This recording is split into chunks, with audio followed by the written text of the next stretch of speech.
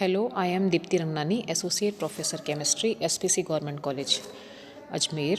Today we will study the topic of BSc Part 3rd, Molecular Orbital Theory, and in this series we will study calculation of coefficient of hybrid orbitals, संकृत कक्षकों के गुणांकों की गणना। और इसके लिए सबसे पहले हम संकृत कक्षकों में sp संकृत कक्षक का एग्जाम्पल ले रहे हैं।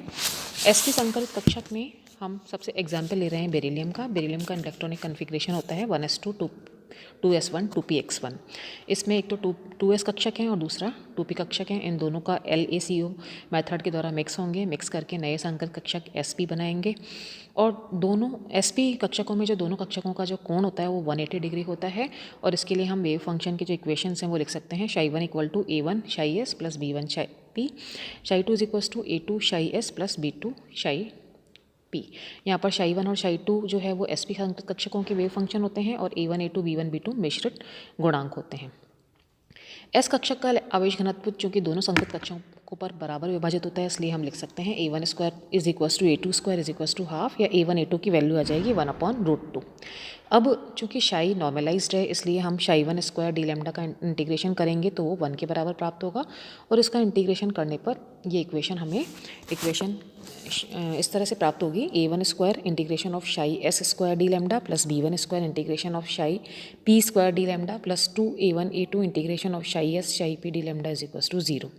अब चूँकि जो परमाणविक कक्षक होते हैं वो ऑर्थोगोनल होते हैं, इसलिए हम इसको इस तरह से भी लिख सकते हैं a1 square plus b1 square = 1। और हमें पता है कि a1 स्क्वायर की वैल्यू हाफ होती है, तो b1 स्क्वायर की जो वैल्यू होगी वो भी 1 - हाफ = हाफ होगी। अतः b1 की भी वैल्यू 1/√2 होगी। और ψ1 ψ2 लांबिक हैं, इसलिए हम लिख सकते हैं a1 a2 plus b1 b2 = 0। अब इसमें हमें a1 का वैल्यू भी पता है, a2 की वैल्यू भी पता है, b1 की वैल्यू भी पता है और तीनों की वैल्यू 1/√2 होती है। अतः b2 की वैल्यू हम निकालेंगे सब्स्टिट्यूट करके इन सबको, तो b2 की वैल्यू हमें प्राप्त होगी -1/√2। अब चूँकि दो जो फलन हैं ψ1 ψ2 इस तरह से होंगे कि जो ψ1 है, ψ1 को हम लिख रहे हैं ऊपर। सबसे पहले इक्वेशन नंबर 29 देखिए, इसमें हमने लिखा है a1 ψs plus b1 ψp। तो इसमें हम a1 और b1 की वैल्यू सब्स्टिट्यूट करेंगे तो यहाँ पर हमें प्राप्त होगा 1/√2 ψs प्लस ψp। ψ2 में हम a2 और b2 की वैल्यू सब्स्टिट्यूट करेंगे तो हमें प्राप्त होगा 1/√2 ψs माइनस ψp। तो इस तरह से हमें दो इक्वेशंस प्राप्त हो रही हैं। और इसका अगर हम फिगर देख रहे हैं तो हमें प्राप्त हो रहा है जैसे 2s गोलाकार कक्षक है, 2px जो है वो डंबन शेप का है। दोनों को अगर हम ये संकरण होता है तो अगर दोनों प्लस हो रहे हैं तो दो तरह से होगा, एक तो 2s - 2px और दूसरा 2s + 2px। देखा गया है कि नया संकृत कक्षक जब बनते हैं तो p कक्षक से अधिक दिशात्मक गुण वाला होता है कि हाइड्रोजन और क्लोरीन में BCl2 में का जो परमाणु है उसके धनात्मक लोब से अतिव्यापन करता है और अधिक प्रबल बंध बनाता है। तो इस प्रकार sp कक्षकों के अतिव्यापन से जो दो नए कक्षक बनते हैं वो उनके दिशात्मक और अतिव्यापन गुण इसमें भाग लेने वाले कक्षकों से अलग अलग होते हैं। अब हम नेक्स्ट इसमें स्टडी करेंगे sp2 संकृत कक्षक, sp2 हाइब्राइड ऑर्बिटल्स। इसके लिए हम एग्जाम्पल ले रहे हैं BH3 या BCl3। इसमें बोरोन का इलेक्ट्रॉनिक कन्फिग्रेशन होता है 1s2 2s1 2px1 2py1। और इसके तीनों कक्षक जो आउटर मोस्ट ऑर्बिट के हैं वो हैं 2s 2px और 2py। ये तीनों मिक्स होंगे। मिक्स होने के बाद कैलकुलेशन करेंगे। जो नए कक्षक होते हैं वो कोप्लेनर होते हैं, एक दूसरे में आपस में 120 डिग्री का कोण बनाते हैं। और इनके लिए जो वेव फंक्शन हम लिख सकते हैं ψ1 ψ2 ψ3 वो इस तरह से होंगे। ψ1 = a1 ψs plus b1 ψpx plus c1 ψpy। इसी तरह से हम ψ2 की इक्वेशन लिखेंगे, केवल हम कोफिशिएंट चेंज करेंगे, mixing coefficient a2 b2 c2 हो जाएंगे। और तीसरी जो इक्वेशन ψ3 लिखेंगे वो भी ऐसे ही लिखेंगे।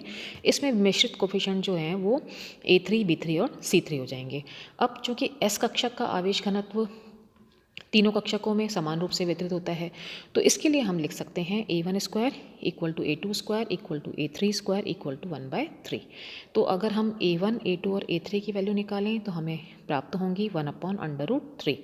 अब हम ये मानते हैं कि ψ1 जो है वो x अक्ष की तरफ है, तभी तो उसको हम px वाला इसमें हमने कंपोनेंट मिक्स किया है, तो कक्षक py का इसमें अंशदान 0 होगा। इसलिए हम इसके लिए लिख सकते हैं कि py का जो कोफिशिएंट है c1 उसको हम 0 मान सकते हैं। अब ψ1 की अगर हम प्रसामान्यीकरण की शर्त लगाएंगे तो हमें प्राप्त होगा a1 square plus b1 square plus c1 square is equals to 1। अब इसमें हमें पता है कि c1 को हम पहले ही 0 मान चुके हैं, तो a1 square plus b1 square is equals to 1 प्राप्त होगा। और इसमें हम a1 की वैल्यू पहले ही निकाल चुके हैं 1/√3, तो b1 की वैल्यू हमें प्राप्त होगी b1 स्क्वायर इक्वल टू 2/3 प्राप्त होगा, तो b1 की वैल्यू प्राप्त होगी √2/3। अब जो दो कक्षक हैं ψ1 और ψ2 तथा ψ1 और ψ3, उस पर अगर हम ऑर्थोगोनल की शर्त लगाते हैं तो हमें प्राप्त होगा, पहले हम ψ1 और ψ2 पर ऑर्थोगोनल की शर्त लगाएंगे तो प्राप्त होगा a1 a2 plus b1 b2 plus c1 c2 equal to 0। अब दूसरा हम है ना ψ1 और ψ3 पर ऑर्थोगोनल की शर्त लगाएंगे तो प्राप्त होगा a1 a3 plus b1 b3 plus c1 c3 equal to 0। और हमें पता है इन दोनों इक्वेशन में c1 0 है, तो थर्ड वाली टर्म 0 हो जाएगी, तो इक्वेशन हमारे पास रिड्यूस होकर बचेगी a1 a2 plus b1 b2 is equals to 0 और a1 a2 plus b1 b2 is equals to 0।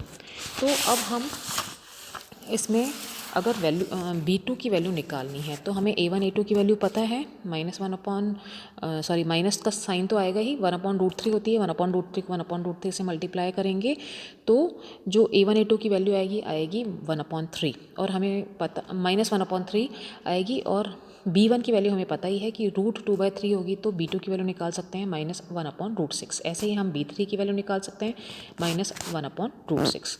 अब ψ2 की प्रसामान्यीकरण की शर्त लगाएंगे तो ψ2 की प्रसामान्यीकरण की शर्त क्या होगी, a2 square plus b2 square plus c2 square is equals to 1।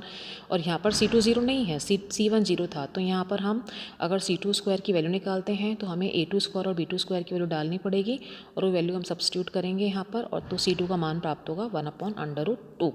अब ψ3 की प्रसामान्यीकरण की शर्त लगाएंगे तो उसमें होगी equation a3 square plus b3 square plus c3 square is equals to 1। इसमें c3 0 नहीं होगा, जबकि c3 की वैल्यू निकालनी है हमें यहाँ पे, तो c3 स्क्वायर की value 1 minus a3 square plus b3 square, और हम a3 और b3 की वैल्यू सब्स्टिट्यूट करेंगे तो हमें c3 का मान प्राप्त होगा +-1/√2। तो अब ψ2 और ψ3 को अलग प्रदर्शित करने के लिए हमें c3 का मान -1/√2 लेते हैं। अतः इसके मान समीकरणों में रखने पर इन तीनों sp2 कक्षकों का जो तरंग फलन है, जो कि हम पहले दिखा चुके हैं कि sp2 कक्षकों की जो इक्वेशन हमने बनाई थी 33, 34 एंड 35 पहले दिखा चुके हैं, इसमें अगर हम वैल्यू सब्स्टिट्यूट करेंगे c1 की वैल्यू 0 आएगी, तो फर्स्ट वाली जो इक्वेशन आएगी ψ1 उसमें केवल दो ही फैक्टर्स आएंगे, 1/√3 ψ s प्लस √2/3 ψ px। उसके बाद सेकेंड इक्वेशन आएगी 1/√3 ψ s minus 1/√6 ψ px plus 1/√2 py। अब तीसरी आएगी ψ3 is equals to 1/√3 ψ s minus 1/√6 ψ px minus 1/√2 ψ py।